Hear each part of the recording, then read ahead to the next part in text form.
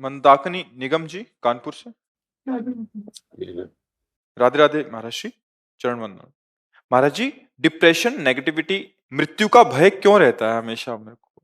क्योंकि पाप कर्म बन गए हैं, प्रमाद स्थिति बढ़ गई है। जो करना चाहिए वो नहीं कर पाए, जो नहीं करना चाहिए वो कर दिए। तो जिस मन की प्रेरणा से हमने असत कार्य किए, वही मन हमको दंड दे रहा है। किसका प्रश्न है जी? जो हमें करना चाहिए वो हम नहीं कर पाए, जो नहीं करना चाहिए उसमें लग गए, तो वही कर्म मन पर सवार होकर, जिस मन ने प्रेरित करके इंद्रियों से कर्म कराए थे, वही मन हमें दंड दे रहा है। देखो, जब ये ज्यादा अधिक कई जन्मों से पाप संचित हैं और इस जन्म में भी हो गए, तो फिर मृत्यु का भय नहीं, मृत्यु करवा देता है मन। ये मन ही तो करवा रहा है ना। ये मन के दो स्वरूप हैं, एक सत एक असत। एक मन ग्लानि करता है जब हमसे कोई गंदी बात हो जाती है, और एक मन उत्साहित होकर करवाता है। उसी के दो विभाग, जैसे बुद्धि के दो विभाग हैं, एक सुमति एक कुमति। जब सुमति होती है तो मन की बातों पर दस्तखत नहीं करती, और जब कुमति होती है तो सीधे जो मन पेश करता है उसको स्वीकृति दे देती है। मन की कोई ताकत नहीं है बिना बुद्धि के, पर उसने बुद्धि को अधीन कर रखा है। अब हमारे द्वारा जो सत् कार्य होने चाहिए थे, भगवत चिंतन, भगवत आराधना, लोक समाज की सेवा, जैसे आप किसी की बहू है, किसी के पति, प्राण प्रिय सास ससुर परिवार, इन सब में भगवत भाव कर कर हम सेवा करके अपने धर्म से चले, कभी डिप्रेशन नहीं हो सकता, किसी को नहीं हो सकता। पूर्व का पाप वर्तमान के साधन से नष्ट किया जा सकता है, नहीं तो मोक्ष होता ही नहीं, भगवत प्राप्ति होती ही नहीं।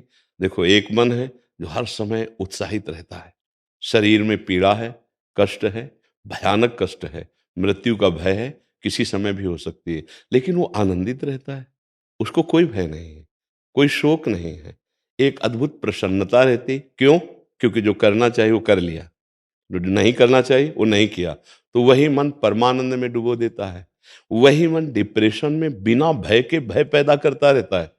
और एक दिन ऐसा आता है, हमारे पास ऐसे व्यक्ति मिले हैं कि वो कहते हैं मुझे मर जाना अच्छा लगता है, आप आदेश कीजिए। कितनी निकृष्ट बुद्धि आ गई। आत्महत्या से बड़ा कोई पाप सृष्टि में नहीं रखा गया, और वो इतना महापाप करने के लिए तैयार वो व्यक्ति हो जाता है। क्यों? क्योंकि उसने गलती कर दी। आप सुधार कर लो। महापुरुषों की चरण रज और सबकी सेवा, तो कहीं ना कहीं किसी से अपराध जो हमारे बने हैं ना, वो शरीर की इस तरह की सेवाओं से मोचन हो। देखो, गुरुद्वारे में बड़े से बड़ा, चाहे जितना धनी मानी पदाधिकारी हो, वहां जाके पादुका सेवा करता है। क्यों? क्योंकि हमारे अहम को वहां गलित होना पड़ेगा, हमारे पाप नष्ट हो जाएंगे, तब हम गुरुवाणी को समझ पाएंगे, तब हम महापुरुषों के मार्ग में चल पाएंगे। इसीलिए हम सबसे हाथ जोड़कर प्रार्थना करते हैं कि आपका खान पान पवित्र होना चाहिए, आपका पेय पदार्थ पवित्र होना चाहिए, आपके आचरण पवित्र होने चाहिए। इसके लिए आपकी बुद्धि शुद्ध होनी चाहिए। बुद्धि शुद्ध होने के लिए राधा राधा राधा राधा, कोई पैसा नहीं लगता, कोई मेहनत की बात नहीं, उठते बैठते चलते फिरते राधा राधा राधा राधा, तो यही मन पहले जलाएगा, फिर आनंदित हो जाएगा। सच्ची तुमसे कहते हैं, अगर भगवान की शरण ना हो तो जो शरीर में आधियां व्याधियां हैं और आती हैं, उनको झेल पाना बहुत कठिन है। क्योंकि शरीर में ही मन आसक्त रहता है, और शरीर के दुख सुख को अपना समझता है, और मन की मांग को हमने अपना मान लिया, तो मन दुखी तो हम दुखी, मन सुखी तो हम सुखी। ये स्थिति है, देख लो आप। मन अशांत तो हम अशांत, मन शांत तो हम शांत। इसका मतलब हमें पूरी डॉक्टरी मन पर करनी है। तो मन की पवित्रता, सा वै मनः कृष्ण पदारविंदयो, सबकी ममता ताग बटोरी, मम पद मन ही बांध बर डोरी। सही जगह मन को लगा दो, राधा राधा कृष्ण कृष्ण ऐसे नाम जप करो, और सबकी सेवा करो, और सबकी सह जाओ, तो तुम्हारे पाप नष्ट हो जाएंगे। जैसे हमको सेवा करते हुए कोई प्रतिकूलता मिलती है, कोई कटुता मिलती है, मिलती ही है। अच्छा आचरण करोगे तो आपका उपहास होगा, आप जिनके साथ अच्छा बर्ताव करोगे वो आपके साथ कटु व्यवहार करेंगे। अगर सह गए तो आप महान हो गए, और टूट गए तो लड़ो। फिर वैसे व्यवहार में आप उतर गए तो आप संसारी हो गए, साधक तो हुए नहीं। और सह गए तो सबका बदलना निश्चित है आपके प्रभाव से। जहां पर कृपा राम की हुई, ता पर कृपा करे सब कोई। निश्चित परमानंद की बाढ़ इसी मन में आ जाएगी, जो डिप्रेशन में है, खूब नाम जप करे। अब जैसे इस समय हमारा मन किसी में ना लगे तो राधा राधा राधा राधा ऐसा गुनगुनाने में क्या जाएगा। डॉक्टर औषधि देता है डिप्रेशन की, आप पाते हैं ना, तो हम कह रहे हैं साथ में एक महाऔषधि और डाल लो, राधा राधा राधा राधा राधा। कितने ऐसे भाईजान आके एकांतिक में बोले कि हमारा डिप्रेशन खत्म हो गया, हम आनंदित हो गए। क्या डिप्रेशन था? सोच। सोच हमारी गिर गई, क्षमता नहीं रह गई उसकी पॉजिटिव सोचने की, वो निगेटिव की तरफ बढ़ता जा रहा है, हमें परेशान करता जा रहा है। जब संत वाणी हमारे कान में पड़ी और उसका हमने मनन किया और जीवन में उतारना शुरू किया तो निगेटिव सब नष्ट हो गई, पॉजिटिव आ गई। अब जीवन आनंदमय हो गया। कुछ मिला नहीं, केवल सोच बदल गई। हमारी सोच बिगड़ गई, हमारी इच्छा बिगड़ गई, हमारा मनन बिगड़ गया है, हमारा चिंतन बिगड़ गया है। उसी के लिए भगवान ने आपको संत संग दिया है। अगर आप अपने मनन को, अपनी सोच को, अपने चिंतन को सुधार लें तो कोई डिप्रेशन नहीं रह जाएगा, आप परमानंद में हो जाएंगे। हमसे कर्म बिगड़ गए, हमारे आचरण बिगड़ गए, अब तो डिप्रेशन होगा ही होगा। आज से नहीं, हम बिगाड़ते पीछे से चले आ रहे हैं। लेकिन एक जगह है जहां भारी बिगड़ी को तत्काल संभाला जाता है, वह श्री भगवान के प्रेमी जन। कई बार बताया है कि जैसे वकील के द्वारा हम प्रमाणित हो गए अपराधी हैं, न्यायाधीश के द्वारा फांसी की सजा दे दी गई, लेकिन एक उपाय है जहां से बचा जा सकता है, राष्ट्रपति। अगर वो हमारी क्षमा याचिका पर दस्तखत कर दे तो वकालत फेल हो गई, जज निर्णय फेल हो गया, बच जाऊंगा। तो हमारे अनंत ब्रह्मांडों के पति हैं श्री कृष्ण, श्री हरि। वो कहते हैं मामेव ये प्रपद्यन्ते माया में ताम तरंति थे। वो कहते हैं अहम त्वाम सर्व पापेभ्यो मोक्षयिष्यामि मा शुचा, केवल सर्वधर्मान परित्यज्य माम एकम शरणम। एक मैं ही हूं जो तुम्हें बचा सकता हूं। तो अब बोलो ना श्री कृष्ण, बोलो राधा राधा, अभी मंगल होना शुरू हो जाएगा। क्यों सके? आपको कोई संशय? जी। निशा यादव जी, मुंबई महाराष्ट्र से। श्री हरिवंश। राधा वल्लभ श्री हरिवंश महाराज जी, आपके चरणों में कोटि कोटि प्रणाम। महाराज जी, हम कैसे चलें कि जो गुरु वचनों के प्रति बुद्धि चलती है वो ना चले, कृपया मार्गदर्शन करें। नाम जप। हमारे सही पूछो तो हर प्रश्न का उत्तर नाम जप है। देहु कृपा करि बुद्धि प्रकाश, जस वर्णो हरिवंश विलास। कब? नाम जपत आई शब्दो सोई, देव सुबुद्धि कृपा करि मोहि। नाम जप से बुद्धि प्रवीण हो जाती है, और जब प्रवीण बुद्धि होती तो उसमें संशय नहीं होता, और जब संशय नहीं होता तो श्रद्धा और विश्वास होता है। तो गुरु के वचनों में, शास्त्र के वचनों में जैसा बोला जा रहा है वैसे का वैसा मान लेना श्रद्धा विश्वास कहा जाता है। और जहां श्रद्धा विश्वास है वहां सब दिव्यता आ जाती है, और बिना श्रद्धा विश्वास के कुछ अनुभव होने वाला नहीं। भवानी शंकरो वंदे श्रद्धा विश्वास रूपिणो, याभ्याम बिना न पश्यन्ति सिद्धा स्वांता स्तमीश्वरम। बिना श्रद्धा और विश्वास के हृदय में भगवान विराजमान भलापन हो करके दिखाओ। तो गुरु की वाणी में श्रद्धा और विश्वास तब होता है जब बुद्धि संशय रहित होती है। बुद्धि तब संशय रहित होती है जब हम खूब नाम जप करते हैं, पवित्र आचरण करते हैं, पवित्र शतोगुणी भोजन पाते हैं, तब हमारी बुद्धि शुद्ध होती है। अब हमें जो मिला खा लिया, चाहे जितना अपवित्र हो, आप विचार करके देखो। जो हो जैसे आया वैसे अवसर में हमने बोल दिया, चाहे जितना गंदा हम बोल रहे हो, जो मन में आया वो कर दिया, चाहे जितना गंदा आचरण हो, तो अब बुद्धि संतों की वाणी पर कैसे लग सकती है? शुद्ध सच्चिदानंद का अनुभव किए हुए जो वाणी निकल रही है वो मलिन अंतःकरण वाला कैसे समझ सकता है? केवल विश्वास, केवल श्रद्धा, फिर आगे समझ जाओगे। जैसे डॉक्टर हमें औषधि देता, मुझे कुछ पता नहीं कौन सा टेबलेट, कौन सा कैप्सूल, कौन सा इंजेक्शन क्या परिणाम देता है, लेकिन हम विश्वास करते हैं ना डॉक्टर पर, तो इंजेक्शन लगवा लेते हैं, जैसा वो अनुपात बताता है वैसा हम पाते हैं औषधियाँ। और फिर अगर हमें लाभ नहीं मिलता तो फिर जाके प्रार्थना करते हैं कि जो आपने औषधियाँ दी उससे लाभ नहीं मिला, फिर वो औषधि बदलते हैं। लेकिन वो तो प्राकृतिक औषधि है, प्राकृतिक गुरु है जो रोग निवारण के लिए, डॉक्टर का मतलब गुरु ही है जो हमारे रोग को देख करके औषधि देता है। तो सदगुरु शास्त्र रूपी मेडिकल स्टोर से तुम्हारी नब्ज अर्थात तुम्हारे भाव को देखकर जो मंत्र और नाम दे रहा वो अमोघ है, वो बदलना नहीं पड़ेगा, वो निश्चित आपके भव रोग का नाश कर देगा। जासु नाम भव भेषज हरन घोर त्रयशूल। जिनका नाम भव रूपी रोग की अचूक औषधि है, जिनका नाम तीनों तापों का नाश करने वाला है, वो नाम अगर आप जप करने लगे तो आपकी बुद्धि शुद्ध होने ही परम शुद्ध हो जाएगी। और बुद्धि इतनी सयानी हो जाएगी, रामाय भजें ते चतुर नर, फिर आपको कोई फंसा नहीं पाएगा, काम क्रोध लोभ मोह मद मत्सर। इसलिए धैर्य पूर्वक श्रद्धा और विश्वास करके गलत आचरण ना करते हुए सात्विक भोजन करते हुए नाम जपा जाए तो बुद्धि में श्रद्धा और विश्वास आ जाएगा। पवित्र बुद्धि में श्रद्धा विश्वास दृढ़ होता है और अपवित्र बुद्धि में अविश्वास संशय और अश्रद्धा बढ़ती है। क्योंकि जब तक हमारा मन पवित्र नहीं है तो हम पवित्र भाषा को कैसे समझ पाएंगे। आपसे बात हो रही, आप सुन रहे हो, लेकिन पकड़ उतना ही पाएगा वो जितना उसका मन बुद्धि पवित्र है। बिल्कुल नहीं अब पवित्र है तो उसको कुछ पकड़ में नहीं आएगा, क्या बोला जा रहा है कुछ समझ में नहीं आएगा। अगर बुद्धि पवित्र है तो अगर वो साधक है, अच्छी साधना हो रही तो उसको अमृत जैसा लगेगा, एकदम आनंद आता जाएगा। विषयी है तो दिमाग लगाएगा लेकिन दिमाग पकड़ नहीं पाएगा, क्योंकि वो मलिन है। मलिन अंतःकरण संतों की भाषा को नहीं समझ पाता, संतों की वाणी को नहीं। वहां श्रद्धा विश्वास मान करके किया जाता है कि अब जो ये कह रहे हैं वो बात हम शुरू करते हैं। और जहां शुरू किया और हृदय पवित्र हुआ तो आप नाचने लगेंगे। पायो जी पायो मैंने राम रतन धन पायो, वस्तु अमोलक दी मेरे सतगुर, निस्दिन बढ़त सवायो। पायो जी पायो मैंने राम रतन, तब समझ में आया ना। पहले तो समझ में नहीं आया ना, पहले तो रुपया पैसा भोग सामग्री इसका महत्व। और जब गुरुदेव पर श्रद्धा करके उन्होंने जो दिया उसका मनन किया और उसका चिंतन किया तो नाचने का मन हो गया कि ये सुख तो कभी नहीं मिला। सब भोगा, सब एकत्रित किया, सब कुछ। यहाँ कोई प्यार करने वाला नहीं है, बात सच्ची समझ लेना। तुम्हारा शरीर, तुम अगर किसी स्वार्थ की पूर्ति लायक हो तो तुम्हें प्यार का नाटक किया जाएगा। और जिस दिन उस पूर्ति के लायक नहीं हो ना, असलियत में पता चल जाएगा कि कोई प्यार नहीं करता। सच्ची मानना, सच्ची। ये प्यार शब्द केवल श्री भगवान में सार्थक होता है और हर जगह धोखा मिलता है। अगर हम प्रभु से प्यार करने लगे फिर वास्तविकता प्यार का अर्थ समझ में आ जाएगा कि प्रेम किसे कहते हैं।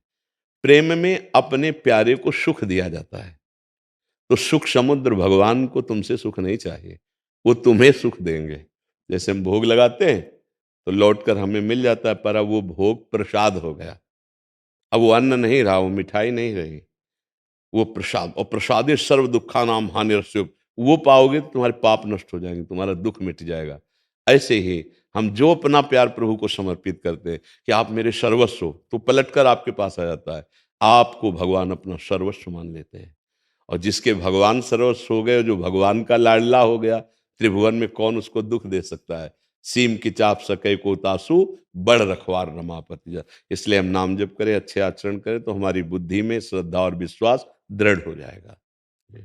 हरीश जी। श्री हरिवंश। श्री हरिवंश महाराज जी, मैं आपकी हर बात मानता हूं और आपको गुरु मान लिया है। महाराज जी, नाम जप और गुरु प्रदत्त मंत्र में क्या फर्क है? क्योंकि मैंने आपको गुरु मान लिया है इसलिए नाम जप करता हूं, लेकिन क्या हाँ, मंत्र इसमें लेने बात से ही यह है भगवत कि प्राप्ति जैसे होगी? नाम जप से कल्याण हो जाएगा, लेकिन अब हम जैसे दास्य भाव से प्रभु को भजते हैं, दास स्वरूप, तो हमें किसी सिद्ध दास्य भाव वाले महापुरुष से हमारा अहम दासता में परिवर्तित हो जाए, इसलिए मुझे मंत्र चाहिए। हमें सख्य भाव प्रभु से जुड़ना है तो हमें उसका मंत्र चाहिए। हमें गोपी भाव में जाना है तो गोपी भाव का मंत्र चाहिए। वात्सल्य भाव में तो उसका मंत्र चाहिए। सखी भाव तो उसका मंत्र चाहिए। आत्मस्वरूप में स्थित होना तो उसका मंत्र चाहिए। मंत्र का मतलब है रहस्य को प्रकाशित कर देना। सखा भाव का मंत्र तो आपके अंदर समस्त भगवत सखा के सद्गुण आ जाएंगे उस मंत्र के प्रभाव से। नाम जप से कल्याण हो जाएगा, पर भाव देह की प्राप्ति मंत्र से होती है। जैसे हम राधा राधा जप रहे हैं तो इससे हमें सदगुरुदेव जो राधा सहचरी हैं उनकी प्राप्ति होगी। वो जब मंत्र देंगे और उस मंत्र का चिंतन करेंगे तो आपका देह भाव मिट जाएगा। आप ना स्त्री हो ना पुरुष हो, जो आत्मस्वरूप आप हो उसमें आप अपने को देखेंगे कि मैं प्रियाजू की नित्य सखी हूं। मंत्र दिखाएगा, मंत्र अनुभव कराएगा और प्रियाजू के पास पहुंचा देगा। कल्याण होना, माया से मुक्त हो जाना, ये सामर्थ्य सब नाम में विराजमान है। इसीलिए नामदाता मंत्र साथ में देते हैं कि जब आपका शरीर अपवित्र हो, जब मन ना लगे तो नाम जप करो, नहीं अन्य समय मंत्र जप करो। क्योंकि मंत्र से भाव देह की प्राप्ति होती है। सोच पा रहे ना, सखा है, दास्य भाव है, वात्सल्य भाव है, कांता भाव है, गोपी भाव को कांता भाव कहते हैं, और सहचरी भाव है। ये जो भाव देह है ये हमें मंत्र से प्राप्त होता है। इसलिए अलग अलग मंत्र हैं। निकुंज का अलग मंत्र है, ब्रजलीला का अलग मंत्र है, दास्य सखा भाव आदि का अलग मंत्र है। इसीलिए भगवान अलग अलग आचार्यों के रूप में अवतरित हुए। अब जैसे मोक्ष पदवी आत्म स्वरूप में बोध आद्य गुरु भगवान शंकराचार्य जी, जैसे सखा भाव और पुष्टि मार्गी जो भगवत लालन भाव कि हमारे प्यारे लाल हैं, श्री भगवान वल्लभाचार्य जी प्रकट हुए। जैसे सखी भाव में स्वामी हरिदास जी महाराज, हित जो महाराज, ऐसे महापुरुष प्रकट हुए। तो ये अलग अलग भगवान को अवतार लेने की जरूरत क्या थी? हमारे भाव के लिए ही तो ना, कि हम प्रभु को अपना भाई मानना चाहते हैं, मित्र मानना चाहते हैं, हम प्रभु को अपना शिष्य मानना चाहते हैं, प्रभु को गुरु मानना चाहते हैं, प्रभु को पिता मानना चाहते, प्रभु को अपना पुत्र मानना चाहते हैं। जो हम मानना चाहें छूट है, पर वो मानने की बात तभी पुष्ट होगी जब उस भाव का सिद्ध महापुरुष मिले। नहीं तो हम कैसे जानेंगे हमारे सखा को क्या प्रिय है, हमारे पुत्र को क्या प्रिय है, हमारे पति को क्या प्रिय है, हमारे पिता को क्या प्रिय है, हमारे स्वामी को क्या प्रिय है? ये सब भाव है ना। तो जब वो सिद्ध महापुरुष मिला तब उसके मंत्र के प्रभाव से अब हमें पता चला कि श्री कृष्ण सखा कैसा होता है, उसमें कौन से सद्गुण होते हैं जो श्री कृष्ण को सुख पहुंचाते हैं, कैसे ईश्वर के साथ खेलने की क्षमता है कि मित्रवत वो मंत्र प्रदान करता है। ऐसे सब भावों का है। नाम जप करके परम मंगल में प्रेमी सदगुरुदेव का वर्ण करके जो मंत्र मिलता है वो भाव देह की प्राप्ति कराने के लिए है। नहीं, मंगल तो नाम से ही हो जाएगा, कल्याण आपका नाम से ही हो जाएगा, पर भाव देह की प्राप्ति मंत्र से होती है। इसलिए आचार्य परंपरा बनी हुई है। आचार्य परंपरा से वो मंत्र मिलता है, हम उसके चिंतन से वहीं जहाँ आचार्य है, जहाँ गुरु है, वहीं पहुंच जाते हैं। समझ पा रहे हैं आप जी? भगवान के दर्शन मिल सकते हैं राम जप केवल किए तो? हाँ, आप लालसा कीजिए, पर वो लालसा किस भाव से होगी ये भी बात दिला। इसीलिए कह दिया गया चाहे शिव विरंचि सम होई, गुरु बिनु भव निधि तरह न कोई। हमारे अंदर जब लालसा पैदा होगी तो भूख पैदा होगी, तो हम अपने आप खोज करने लगेंगे कि मैं कुछ तो मानना होगा कि आपके प्रभु कौन है। जैसे हम आपसे पूछे आपके प्रभु कौन है, श्री कृष्ण। हाँ नहीं, क्या है आपके वो संबंध सखा भाव। तो अब ये भाव की पूर्ति कैसे होगी? किसी सिद्ध सखा का अनुसरण करना पड़ेगा ना।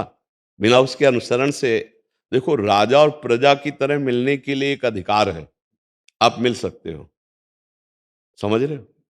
आप प्रजा की विधि से जाइए तो आप राजा से मिल सकते, लेकिन दोस्त के समान बनकर राजा से मिलने के लिए अब पहले राजा के दोस्त की जरूरत है, जो राजा का विश्वसनीय दोस्त है और हम पर कृपा करे और हमको अपने परिकर में सम्मिलित करे और हमारी बात राजा के सामने पेश करे कि जैसे मैं आपको प्यार करता हूं ऐसा एक दोस्त आपका और तैयार हो रहा है। तो वो जिज्ञासा करे, मिलाओ, और आपके अंदर प्रबल लालसा है मिलने की, तब जाके आप हाथ मिला लोगे। क्योंकि उस दोस्त ने वहां तैयार किया उनको और इधर तैयार किया आपको, वही दोस्त है गुरुदेव। वो हरि की बात आपसे, आपकी बात हरि से, दोनों को मिला के हाथ मिला दिए, उनका कार्य पूरा हो गया। समझ रहे ला? और जब हाथ मिला तो गुरुदेव और हरि दो लय थे। जिनको हम समझ रहे थे कि हरि से मिलाएंगे वही हरि निकले, वही निकले। बंदों गुरुपद कंज कृपा सिंधु नर रूप हरि, महामोहतम पुंज जासु बचन रवि। बहुत जरूरत है भाई, बिना सदगुरु के हमें डांटेगा कौन, हमें दुलार कौन करेगा, हम सही चल रहे हैं कि नहीं चल रहे हैं देखेगा कौन, हमको किस कदम पे आगे कहाँ ऊंचाई चढ़ाई क्या है, फिसलन क्या है, ये बताएगा कौन? हमने वो मार्ग ही नहीं देखा, तो जो उस मार्ग में चले हुए हैं उन्हीं का आश्रय लेना पड़ेगा। जैसे आपको वृंदावन में रंगनाथ जी जाना, निधिवन जाना है, राधा रमन, अब आप नाम सुन लिए हो लेकिन गलियां पता नहीं, तो आपको एक गाइड करने वाला मिलेगा ना, आपको कुछ देना पड़ेगा गाइड करने वाले को, उसकी बात माननी पड़ेगी। भाई हम इतने अमुक संख्या धनराशि लेंगे, हम देंगे। अब वो आपको शौक से घुमाएगा, ये निधिवन है, ये राधा रमन जी, ये रंगनाथ। ऐसे ही सदगुरुदेव को हम मन रूपी भेंट देते हैं। सदगुरुदेव को और कोई भेंट नहीं चाहिए, आपका मन चाहिए, आपकी बुद्धि चाहिए। जो वो कह रहे हैं उसके अनुसार मन बुद्धि से चलो, आप वहीं पहुंच जाओगे जहां दर्शन करना चाहते हो, जिससे मिलना चाहते हो। बस भगवान से प्रार्थना करो कि आप ऐसे भगवत प्रेमी महात्मा का संग दो जिससे हम आपके इस भाव को प्राप्त हो सके। वो कृपा करके पूरा भाव बना देंगे। समझ पा रहे हैं आप? जी। लक्ष्य जी गाजियाबाद से। राधे राधे। राधे राधे महाराज जी। महाराज जी, क्या शास्त्र पढ़ने की कोई उम्र होती है क्या? शास्त्र पढ़ने की शुरुआत कैसे करें भक्ति और विद्यार्थी जीवन के साथ में, और क्या करें शास्त्र में? विद्यार्थी जीवन में बच्चा विद्या को भजन माने। जो आप विद्या अध्ययन कर रहे हो उसको भजन माने, और उस भजन को पुष्ट करने के लिए किसी भी महापुरुष की वाणी को श्रवण करे। ज्यादा स्वाध्याय करने का समय विद्यार्थी को नहीं होता, क्योंकि वो अपने कार्यों को जो स्कूल के हैं उनको लिखना है, पढ़ना है, दिमाग में बसाना है। पर हमें कुछ सत्संग चाहिए, 5 मिनट ही सही, 10 मिनट सही, जिससे हमें ये पता चले कि हमारा जीवन किस दिशा को जा रहा है, हमारा लक्ष्य क्या है, कहीं हम गलत तो नहीं हो रहे। जैसे छोटी छोटी अवस्थाओं के बालक ब्रह्मचर्यहीन हो रहे हैं, व्यसनों की तरफ बढ़ रहे हैं, व्यभिचार की तरफ बढ़ रहे हैं। ये विद्यार्थी जीवन है। विद्यार्थी जीवन बहुत तपस्वी जीवन होता है। बहुत सावधानी से अगर विद्या अध्ययन की जाए तो देखो, बड़े बड़े पदों में पढ़ लिख के ही तो जाया जाता है। उन पदों से हम अपने राष्ट्र की सेवा ही तो करते हैं। जो जहां है, मान लो टीचर है तो उसी विद्यालय में कोई मुख्यमंत्री बनने वाला बैठा है, कोई एमएलए बनने वाला बैठा है, कोई साधु बनने वाला बैठा है। किसको पता था कि इस प्राइमरी स्कूल में जहाँ पढ़ाई हो रही है वहाँ कौन कौन बैठा है? अभी तो बालक हैं, उनकी बुद्धि का प्रकाश हुआ तो हमारे राष्ट्र की शोभा बन गए, हमारे राष्ट्र को सुख देने वाले बन गए। तो अगर हमारे आचरण, हमारा चरित्र शुरू से बिगड़ गया तो कुछ नहीं बन पाएगा। वो केवल एक पशुवत आचरण करने वाला व्यक्ति अपना ही पतन करने वाला बन पाएगा, कुछ नहीं बन पाएगा।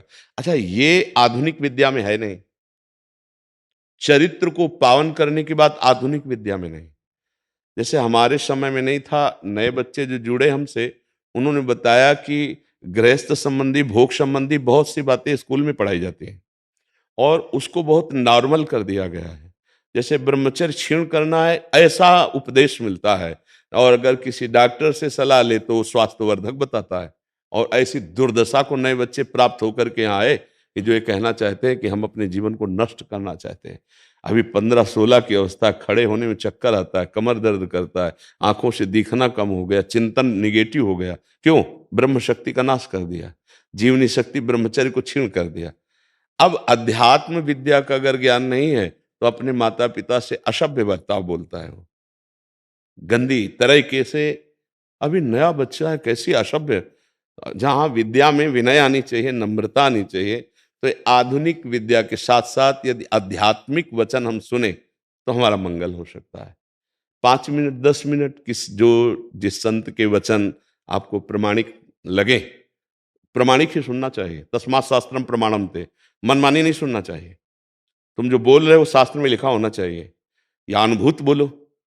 अनुभव और शास्त्र अर्थात शब्द ब्रह्म और पार ब्रह्म दोनों का ज्ञान हो तभी सुनना चाहिए, नहीं तो अर्थ का अनर्थ कर देंगे और हम फंस जाएंगे। तो एक श्लोक चाहे पढ़े, गीता का है, भागवत का, एक श्लोक 5 मिनट, और उसका अर्थ पढ़े।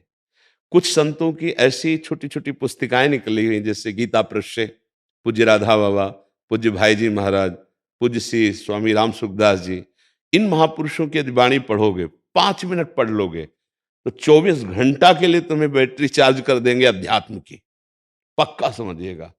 और 10 मिनट ही सही राधा राधा बोल लीजिए, तो इससे आपका जीवन अच्छा होने लगेगा।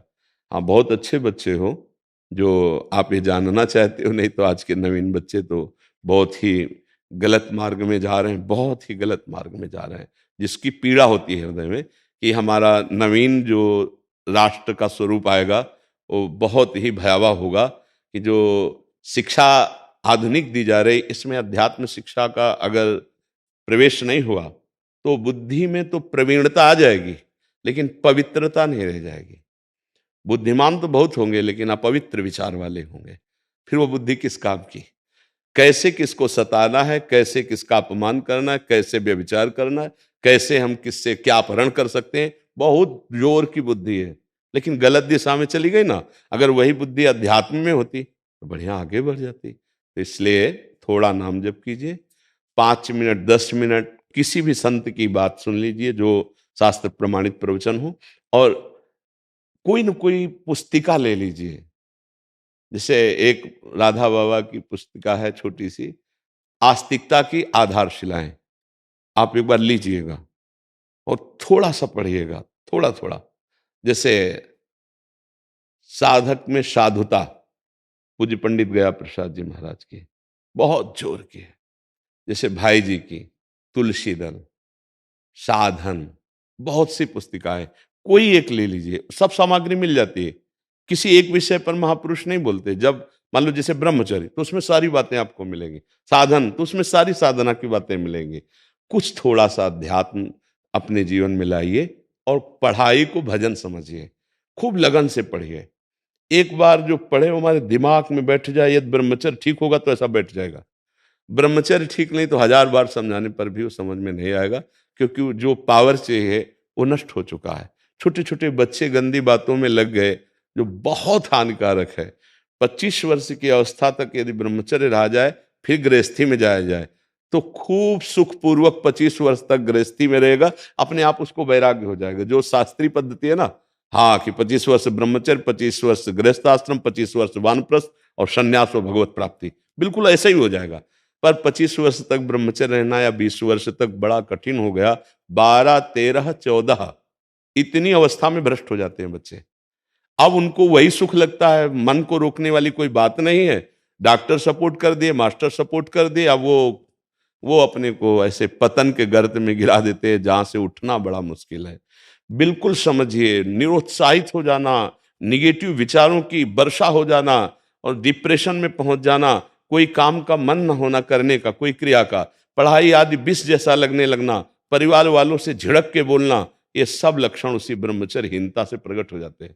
और नए बच्चे इसको समझते नहीं है। तो हमारी प्रार्थना है, कोई भी छोटी सी पुस्तिका ले लीजिए, उसको पढ़िए, महापुरुषों की जो हो, और 5-10 मिनट सत्संग सुनिए और 10 मिनट राधा राधा जपिए, और फिर हर समय अपनी पढ़ाई के विषय में चिंतन कीजिए, कोई परेशानी नहीं। ठीक है जी, राधे राधे।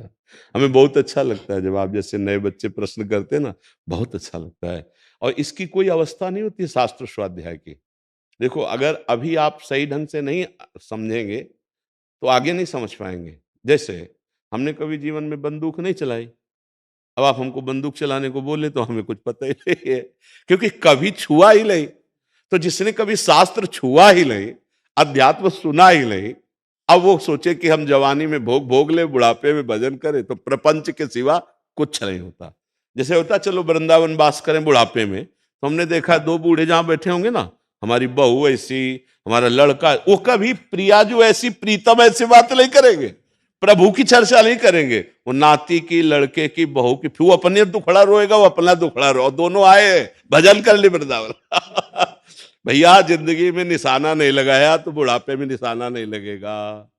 चाहे वो जो लक्ष्य हो, जिंदगी में आपने भजन नहीं किया, सतमार्ग, इसीलिए प्रहलाद जी ने आदेश किया, कौमार अवस्था से अध्यात्म को समझना चाहिए, तभी जीवन। प्रथम सीढ़ी में ही पैर मजबूत हो गया, अब वो गृहस्थ बने, राष्ट्र सेवक बने या संत बने, जो बनेगा वो बहुत जोर का बनेगा। पहली ही भूमि, नींव ही खराब हो गई तो बिल्डिंग चाहे जितनी अच्छी बने, वो दरदरा के एक दिन गिर जाएगी। अधर्मी कभी सुखी नहीं होता। जिसका चरित्रहीन हो गया है वो कभी उन्नति को प्राप्त नहीं होता। उन्नति में प्राप्त हुआ भी वो अवनति को ही वरण करेगा। वो ऐसे आचरण वाला होगा जिससे समाज दुखी होगा, ऐसे ही उसके संकल्प विकल्प होंगे जिससे परिवार अशांत होगा। चरित्रहीन कहीं सुख नहीं प्राप्त कर सकता। और नई अवस्था ही जीवन के चरित्र की नींव है। अगर वो पवित्र नींव बन गई तो अगर गरीब किसान भी होगा तो समाज प्रिय होगा, वो धर्मात्मा होगा, वो सत्यवान होगा, वो समाज में आदर्श होगा, क्योंकि उसने जीवन में अपने चरित्र को बचाया है। आज हम चरित्रहीन हो जा रहे हैं पढ़ते लिखते, खूब पढ़ाई पढ़ रहे हैं लेकिन चरित्रहीन। देखो नए नए बच्चों के आचरण, आपके उपहास के सिवा सम्मान मिलने वाला नहीं। उनकी चेष्टाएं ऐसी होंगी, आपका उपहास करेंगे, आपका अनादर करेंगे, क्योंकि उनकी बुद्धि अपवित्र हो गई है। तो अभी तो हम प्रणाम करते हैं नए नए बच्चों को, खूब कृपा कर रहे हैं, आकर प्रश्न कर रहे हैं, सत्संग सुन रहे हैं, अपने आचरणों का सुधार कर रहे हैं। भगवान की बड़ी कृपा, हम ये कृपा मनाते हैं अपने ऊपर। जो ये आकर के प्रश्न करते हैं, सुनते हैं ना, तो हम इनको प्रणाम करते हैं कि भैया तुम्हारा मंगल हो, तुम सुखी रहो, तुम्हारी बुद्धि पवित्र हो। ये देखकर हमें पवित्रता और सुख का अनुभव होगा कि आज हमारा जीवन पवित्र हो रहा है। यदि 4 लोग पवित्र हो रहे हैं, 4 लोग सुधर रहे हैं, तो हमारा जीवन सार्थक हो रहा है। 4 सुखी हो रहे हैं तो हम इस बात से सुखी हैं कि जीवन किसी के काम आ गया। और तो कुछ कर नहीं सकते थे, तो जो किया वो अनुभव करके बातें कर रहे हैं और वो तुम मान रहे हो, तो हमारा जीवन सार्थक हो गया। अगर हमारी बात न मानो तो हमारा अनुभव किस काम का फिर? आपने बात मानी, आप सुने, आप चले, तो आपका मंगल होगा, पर मुझे सुख होगा कि हमारा राष्ट्र, हमारा जो जन समुदाय वो सही आचरणों में आ रहा है, उसका मंगल हो रहा है। महाराज जी कुछ हम लोगों को आप बता दें कि जैसे साधना जीवन में क्या कैसे कुछ भी आप अपने महाराज, अपने मुखारबिंद से कुछ सब बातों की केवल एक ही बात है, ना विषय चिंतन होने पावे, ना विषय क्रिया। बस इसलिए आराध्य देव का निरंतर चिंतन चाहिए। अभ्यास योग युक्तेन चेतसा नान्यगामिना। हमारा चित्त अपने आराध्य देव से कभी एक क्षण के लिए भी ना हटे। का हनुमंत विपत्ति प्रभु सोई, जौ तो सुमिरन भजन न होई। वो वही विपत्ति कि अगर विषय चिंतन हो गया और विषय क्रिया हो गई तो हमारे पतन होने में देर नहीं लगेगा। बालू का बांध टूट जाए तो फिर बंधना बड़ा मुश्किल होता है। इसलिए ध्यायतो विषयान पुंसांस संगास तेषुपजायते, संगात संजायते कामः, कामः क्रोधो विजायते, क्रोधात भवति सम्मोहा, सम्मोहात स्मृति विभ्रमा, स्मृति भ्रंशा बुद्धिनाशो, बुद्धिनाशात प्रणश्यति। मूल आया विषय चिंतन। अगर विषय चिंतन हुआ तो सर्वनाश हो जाता है। बुद्धि का नाश होना ही सर्वनाश बनाया। तो हमारा चिंतन न छूटने पावे। जो गुरु जी ने नाम मंत्र दिया, उपासना, रात दिन उसका अखंड चिंतन। बस शरीराध्यास नष्ट होना, चाहे वो वैष्णव हो, चाहे जिस मार्ग का पथिक हो, प्रथम अनिवार्य है। अगर देहाभिमान पुष्ट बना रहा तो न दासत्व पुष्ट हो पाएगा, न सख्य, न वात्सल्य, न कांता, न सहचरी। और अध्यात्म में देह भाव को मिटाने की ही प्रथम प्रणाली है। जिसे गुरुजनों के चरणों के आश्रय लेते हैं तो तन वांग मनोभीर अमलई सोहम तवई वास्यता। शरीर से, मन से, वाणी से बिके हुए दास की तरह गुरु आज्ञा में रहने से अहंकार गलित हो जाता है। देहाभिमान गलित हुआ तो स्वरूप जागृत हो जाता है। वो चाहे दास्य स्वरूप, चाहे सख्य स्वरूप, वात्सल स्वरूप, या ज्ञान मार्ग में है तो आत्मस्वरूप। तो अखंड चिंतन ही हमारा परम लक्ष्य है। अपने प्रभु का अव्यावृत भजनात् तन्मयाहा, देवर्षि नारद जी, तन्मय होकर अखंड भजन, उठते बैठते चलते फिरते हर समय विषय चिंतन ना होने पावे, ये सावधानी। और आराध्य देव का सतत चिंतन, ये जीवन का परम सार, सब शास्त्रों का परम सार। विषय चिंतन, विषय क्रिया रहित, भगवत चिंतन भगवत क्रिया सहित। भगवत सेवा और भगवत चिंतन, विषय चिंतन विषय क्रिया रहित, भगवत चिंतन भगवत क्रिया सहित, तो जीते जी जीवन मुक्त और परमहंस है। वो परम पद में आरूढ़ है, उसे और कोई परम पद नहीं चाहिए। जो मंगलयतन भगवान के चिंतन में परम सुखी रहता है, उसके जैसा सातरति सातरति शालोकांत है। मम भक्ति युक्तो भुवनम पुनात्।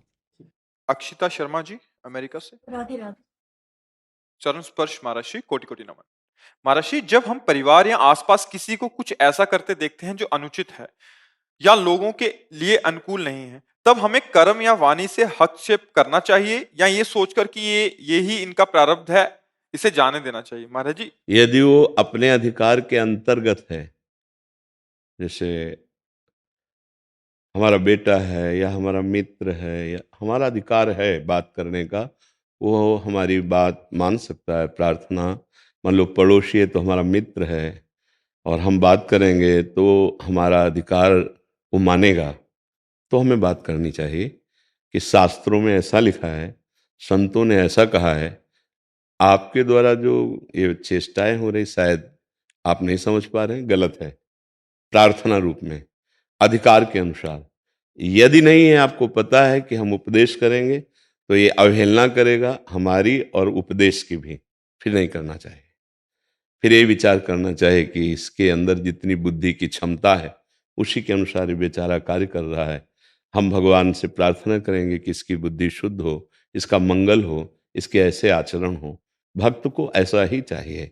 हाँ, अब कोई हमारे धर्म पर, हमारी मर्यादा पर, हमारे राष्ट्र पर, हमारे गुरुजनों पर ऐसा कुछ, फिर हम सहन नहीं करेंगे। फिर हम, अगर हमें कानून का सहारा लेना पड़ता है, किसी बल का सहारा लेना पड़ता है, हम उस बल का सहारा लेकर उसका विरोध करेंगे, हम उसको आगे नहीं बढ़ने देंगे। किसका प्रश्न है? तो आप समझ पा रहे? हाँ, जहां तक हमारा अधिकार है, हमारा अधिकार मानता है तो हम शास्त्र और संत सम्मत वाणी का उपदेश करें, नहीं मानता है तो यदि हमारी हानि नहीं है तो हम उसे छोड़ देते हैं और भगवान से प्रार्थना करते हैं उसकी बुद्धि शुद्ध हो। लेकिन जब मुझे पता है कि ये मेरे धर्म पर, मेरी मर्यादा पर, मेरी आराधना पर, मेरे राष्ट्र पर, समाज पर ये भारी विघ्न बन सकता है, तो फिर हम कानून का या किसी बल का आश्रय लेकर हम उसकी उस वृत्ति को रोकेंगे, उसका विरोध करेंगे। हाँ, पर्सनल सहने के लिए हम सह सकते हैं, लेकिन धर्म आदि के लिए फिर नहीं सह पाएंगे। फिर हमें विरोध करना चाहिए, नहीं वो कायरता होगी, फिर वो अधर्म का बढ़ावा होगा। अधर्मी को हर कदम पे रोक दिया जाए तो अधर्म दूसरे को त्रास नहीं दे पाएगा, दुख नहीं दे पाएगा। यदि अधर्मी को सब छूट देते चले जाएंगे तो महान दुख समाज को पैदा कर देगा। इसलिए अगर ऐसा लगता है कि ये अधर्म युक्त बढ़ता चला जा रहा है और हमारा अधिकार काम करेगा तो हम समझा देते हैं, नहीं समझा देते तो कानून समझा देगा। हम फिर उसकी कानून व्यवस्था करते हैं, जहां तक सीमा है, सीमा के अंतर्गत है तो हम सह लेते हैं। दोनों बातें बहुत विवेक पूर्वक देखनी चाहिए, क्योंकि भक्त बड़ा सुलझा हुआ व्यक्तित्व होता है। वो अपने को ना तो प्रपंच में फंसाएगा और ना दूसरे को कष्ट देना चाहेगा, पर जब धर्म की बात आ जाएगी फिर वहाँ कष्ट का प्रश्न नहीं उठता। धर्म की रक्षा के लिए अगर हमारे प्राण भी चले जाते हैं तो वो ठीक है, वो परम मंगलकारी होगा। ये बात ध्यान रखना है, चाहे स्त्री हो चाहे पुरुष हो। जो उपदेश है वो सार्वजनिक है, सबके लिए है। अपने सहन करने के लिए हम तैयार हैं, लेकिन हमारी मर्यादा, हमारे धर्म, हमारे राष्ट्र पर फिर हम सहन करने के लिए तैयार नहीं, चाहे कोई भी हो उसमें। जैसे अपने लोग हैं तो हम उतना संकल्प करेंगे, हम भजन करेंगे, हम तप करेंगे, अपने को जलाएंगे और उसके अधर्म वृत्ति को रोकेंगे। वो मर्यादा के खिलाफ नहीं जा सकता जहां तक हमारी पहुंच है। अगर इसके बाद नहीं है तो फिर हम सबसे बड़े न्यायाधीश से न्याय की बात गुहार करेंगे श्री भगवान से कि आप चाहे इसे दंड दीजिए या आप इसकी बुद्धि शुद्ध कीजिए, अब इसको रुकना चाहिए, नहीं तो बहुत हानि हो जाएगी। तो पहले जितने भी ऋषि महात्मा थे जगत मंगल के लिए ही तो तप करते थे, अपना कल्याण तो स्वयं हो जाएगा, उसमें कोई जगत मंगल के लिए। हम जो भजन कर रहे हैं, जो शास्त्र स्वाध्याय किए, जो तप किया, जो अनुभव हुआ, तो आज उसी को तो बांट रहे हैं कि आप उसे स्वीकार कीजिए, आपको उतनी मेहनत नहीं करनी पड़ेगी और आप स्वीकार किए तो आपका मंगल हो जाएगा। तो ऐसे ही आपके पास जो भी है, जितना विवेक है, जितनी बुद्धि है, उसके अनुसार हम अपनी रक्षा करें, अपने परिवार को सुव्यवस्थित रखें, अपने मोहल्ले को, अपने राष्ट्र को, जितना हमको भगवान ने दिया है हम भगवान से प्रार्थना करें। दो प्रकार से रोका जाता है, एक होती साम नीति विनय के द्वारा और एक होती दंड नीति। जब अधर्मी अधर्म से नहीं अपने को बचाना चाहता तो एक ही उपाय बचता है, दंड नीति। जैसे भगवान ने साम नीति का प्रयोग किया, जाकर संधि के लिए प्रार्थना की दुर्योधन से कि आप हस्तिनापुर के राजा बनिए, वो इंद्रप्रस्थ के बन जाएंगे। नहीं माना, फिर कहा 5 गांव दे दीजिए, उसने कहा सुई की नोक भर नहीं, तो कहा युद्ध पक्का, और विनाश करवा दिया उनका। गए तो संधि के लिए थे, फिर एक बूंद पानी भी नहीं उसका पिया, और विदुर जी के यहाँ जाकर उनकी जो प्रेम में डूबी हुई पत्नी थी उनके हाथ से छिलके पाए और विनाश करवा दिया कौरवों का, अधर्म का नाश करा दिया। अर्जुन जी कहने लगे मैं युद्ध नहीं करूंगा। भगवान ने पूरी गीता उपदेश इसी बात के लिए दी कि तुम्हें इनका नाश करना ही पड़ेगा। उनका इनके मारने से तो अच्छा है कि हम संन्यास लेकर भिक्षा का अन्न पाए। भगवान ने कहा नहीं नहीं, इनको मारो, मारना ही परम कर्तव्य है इस समय। तो ये बात देखनी पड़ेगी। क्षमा भी एक सीमा तक ठीक है, इसके बाद फिर दंड विधान ही उस दुष्ट की दुष्टता को रोक सकता है। सठे साठ्यम समाचरेत, दुष्ट के साथ अब वो दुष्टता ही काम आएगी, साधुता काम नहीं आएगी, उसको दंड देना अनिवार्य है। नहीं तो जैसे भगवान परशुराम जी थे तो परम साधु भगवान के अवतार, लेकिन देखा दुष्टता हद पार कर गई शास्त्राबाहु अर्जुन की, तो काट के भुजाएं और गर्दन तक फेंक दिया उसकी। फिर उनके पुत्रों ने दुष्टता दिखाई तो वंश का विनाश कर दिया, और 21 बार संपूर्ण संसार से ऐसे दुष्ट राजाओं का विनाश ही विनाश, 21 बार घूम घूम के। तो एक महात्मा स्वरूप में अवतरित हुए थे भगवान परशुराम जी। तो जहां तक सीमा थी वहां तक तो सहा, जब सीमा उल्लंघन हो गई तो विनाश प्रारंभ कर दिया।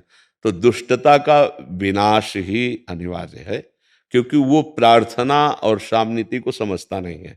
तो दंड नीति का अच्छे से परिचय है, दंड नीति से सब सुधर जाते हैं। कोई भी ऐसा नहीं जो दंड के द्वारा न सुधर जाए। दंड बड़ा भयानक होता है, काल भी दंड से ही प्रहार करता है, काल दंड कहा गया है, मृत्यु भी दंड ही देती है। तो ऐसी दंड के द्वारा दुष्टता का सुधार होता है। क्षमा तो एक सीमा तक है, फिर इसके बाद उनको क्षमा पता नहीं ना, उनको दंड ही पता है। तो इसलिए अगर कभी ऐसा हो तो फिर कानून का सहारा लीजिए, कानून को अपने हाथ में ना लीजिए, कानून का सहारा लीजिए, बलवान का सहारा लीजिए और दुष्टता का विरोध कीजिए। भारत कुमार जी, भारतीय सेना। महाराज जी दंडवत प्रणाम। महाराज जी, मैं पिछले 8 महीनों से आपके दिखाए मार्ग पर चल रहा हूँ और इस दौरान आपकी कृपा से मेरे अंदर का क्रोध व अन्य बुरी आदतों में सुधार आया है, परंतु मन में सवालों का जाल सा बना है। इससे छुटकारा कैसे मिले महाराज? जब बहुकाल करिए सत्संगा, तब ही होई सब संशय भंगा। गोस्वामी तुलसीदास जी कहते हैं जब बहुत काल तक संतों का संग किया जाता है तो सारे प्रश्नों का समाधान हो जाता है, कोई संशय नहीं रहता। अच्छा, सत्संग के लिए तो यहां आना जरूरी थोड़ी। भगवान कलयुग ने बड़ी कृपा कर दी, मोबाइल यंत्र बना दिया जो तुम्हारी जेब में रहता है। तो ऑस्ट्रेलिया से भी आप सत्संग सुन रहे हैं, आए हो तो सुनी के तो आए हो ना। तो आप अगर सत्संग सुने, एकांतिक सुने, तो हर प्रश्न का उत्तर आपको मिल जाएगा। आप देखो ना, कोई भी प्रश्न ऐसा नहीं बकाया रहेगा जिसका उत्तर ना हो, क्योंकि सब रूपों में भगवान आके प्रश्न करते हैं और उसका उत्तर मिल जाता है। तो जब बहुकाल करी सत्संगा, बहुत काल तक हम संतों का संग करें, सत्संग सुने, तो हमारे हर प्रश्न का समाधान हो जाएगा, हर प्रश्न की शांति हो जाएगी। और नाम जप करें साथ में। अगर नाम जप नहीं तो तुम्हारी बुद्धि सत्संग को पकड़ने की योग्यता ही खो देगी, और नाम जप है तो संत वाणी पकड़ने की क्षमता आ जाएगी बुद्धि में। नहीं तो बुद्धि असत पकड़ने में तो बड़ी प्रवीण है, लेकिन सत्संग पकड़ने में प्रवीण नहीं है। उसके लिए नाम जप चाहिए। तो जो नाम प्रिय लगे, राम कृष्ण हरि सब, जैसे अपने तो वृंदावन वासी राधा उपासी, राधा राधा राधा, आपको जो नाम प्रिय लगे खूब नाम जप करो, सत्संग सुनो, सब संशय नष्ट हो जाएंगे। समझ पा रहे हैं आप जी? सुशील कुमार त्रिपाठी जी, वाराणसी से। राधे राधे गुरु। जी राधे राधे महाराज जी। महाराज जी, ग्रस्त जीवन में रहते हुए मनुष्य से जाने अनजाने में हुई गलतियों का प्रायश्चित क्या है और कैसे करें? वैसे सबका प्रायश्चित तो भगवान की प्राप्ति कर लेना। भगवान की प्राप्ति हो गई तो सब प्रायश्चित हो गए, बार बार भटकना ही पड़ेगा। अवश्य में भोक्तव्यम कृतम कर्म शुभाशुभम, भगवान ने कहा है कि अवश्य भोगना पड़ेगा जो शुभ अशुभ कर्म है। देखो, तीर्थयाटन, दान, सत्कर्म, ये शुभ कर्मों का इस पलड़ा हो गया, और ये जो जिसे गलतियां कही जाती, धर्म विरुद्ध आचरण, ये अशुभ कर्म हो गए। दोनों अपनी अपनी जगह हैं, ये दोनों आपको भोगने पड़ेंगे। अवश्य में भोक्तव्यम कृतम कर्म शुभाशुभम। अगर भगवत प्राप्ति हो जाए तो खत्म हो जाएगा, भगवान की शरण में हो जाए। सर्वधर्मान परित्यज्य माम एकम शरणम। तो भगवान कहते अहम त्वाम सर्व पापेभ्यो, सर्व शब्द लिखा है, शुभ अशुभ दोनों से मुक्त कर दूंगा, मैं कर दूं, क्योंकि वो कर देंगे, वो ज्ञान समुद्र है, वो ज्ञान से प्रकाशित कर देंगे, ऐसा देहाभिमान नष्ट कर देंगे, वो प्रेम दे सकते हैं, वो बोध दे, जगत गुरु हैं, भगवान जगत गुरु हैं। तो हम भगवान की शरण में हो जाएं। और एक भगवान बड़ी महिमा की बात कहते हैं, अनन्य चेता सततम यो माम स्मरति नित्य सा तस्याहम सुलभा पार्थ नित्य युक्त योगिना। जो मेरा सतत चिंतन करता है मैं उसको नित्य सुलभ हो जाता हूं, अर्थात मैं उसके अनुभव में आ जाता हूं, भगवत साक्षात्कार हो जाता। तो जो आपको नाम प्रिय लगे प्रभु का, खूब नाम जप कीजिए, बार बार उसका ध्यान कीजिए। नाम का रूप जो है वो भगवान का सच्चिदानंद में है, वो पार्थिव नहीं है। चिदानंद में देह तुम्हारी विगत विकार जाल अधिकारी। देखो, जनक जी जैसा ज्ञानी अद्वितीय कोई बिरला ही होगा ना, और वो जब राम जी के रूप को देखते हैं तो कहते इन्हें विलोकत अति अनुरागा और बरबस ब्रह्म सुख मन त्याग। तो उस कह रहे कि ब्रह्म सुख का अनुभव करने वाला सहज विराग रूप मन मोरा, और राम रूप में आसक्त। तो इसका मतलब भगवान का रूप चिदानंदमय है, आत्मस्वरूप है। तो नाम जप करने से ही वो आत्मस्वरूप भगवान का रूप झलकता है। मलिन हृदय में रूप प्रकाशित नहीं होता है, तो सबके हृदय में, पर प्रकाशित नहीं हो। तो खूब नाम जप करना चाहिए, खूब नाम। बड़े बड़े संतों की बात है, जो जितना जप प्रधान हुआ वो, हाँ, उतने उसके हृदय में ज्ञान प्रकाश, वैराग्य प्रकाश, भक्ति प्रकाश। अच्छा, जैसे हम आप ज्ञान की बातें कर लें और हमारा चिंतन वही विषयों का है, तो कुछ नहीं होगा। मतलब बहुत ही, हम विनोद की भाषा में कहते हैं, गधे के पीठ में चाहे मिट्टी लाद दो या वेद लाद दो, उसको सिर्फ भार से मतलब है। तो अगर केवल बुद्धि में, तो वो बोझा मात्र है, वो लाभ नहीं प्राप्त कर पाए। लाभ है मनन करके और अंतःकरण की समता में उतर जाना।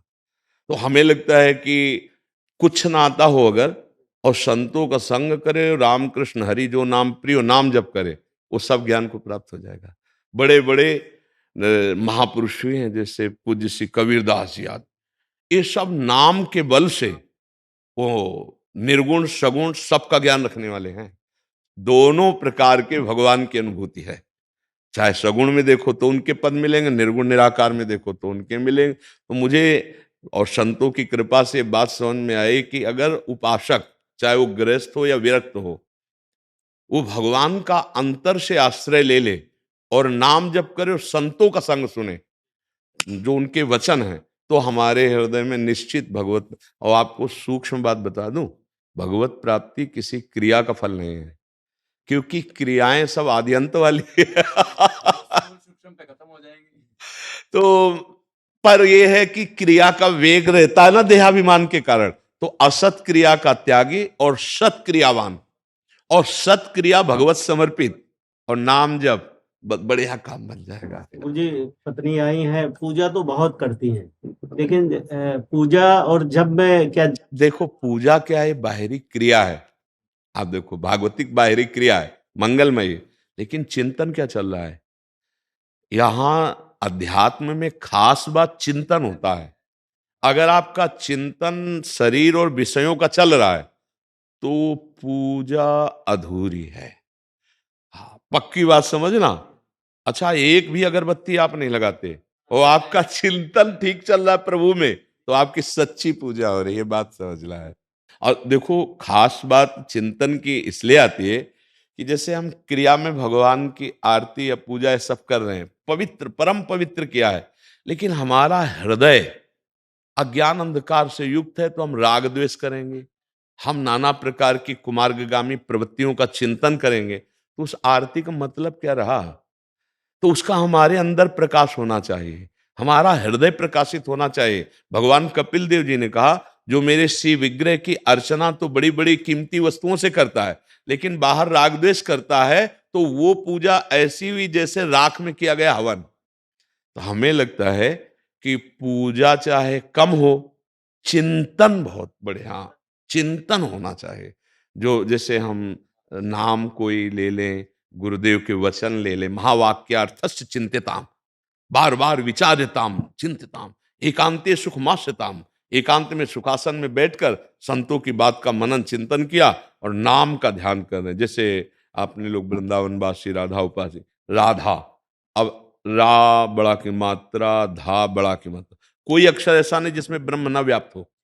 जैसे का तो अव्याप्त है, और पूरे अक्षर उच्चारण को सब में अव्याप्त है, का खा गा घा अंग, हाँ, तो आ सब में जैसे हर अक्षर में व्याप्त है, ऐसे ब्रह्म स्वरूप अक्षर है। अब हम ध्यान करें राधा, अब हम पूरा ध्यान इसी में लिख रहे हैं, चिंतन कर रहे हैं, मनन कर रहे हैं, तो आप देखिएगा आपके अंदर ज्ञान प्रकाशित हो जाएगा, आपके अंदर एक आनंद की अनुभूति होगी।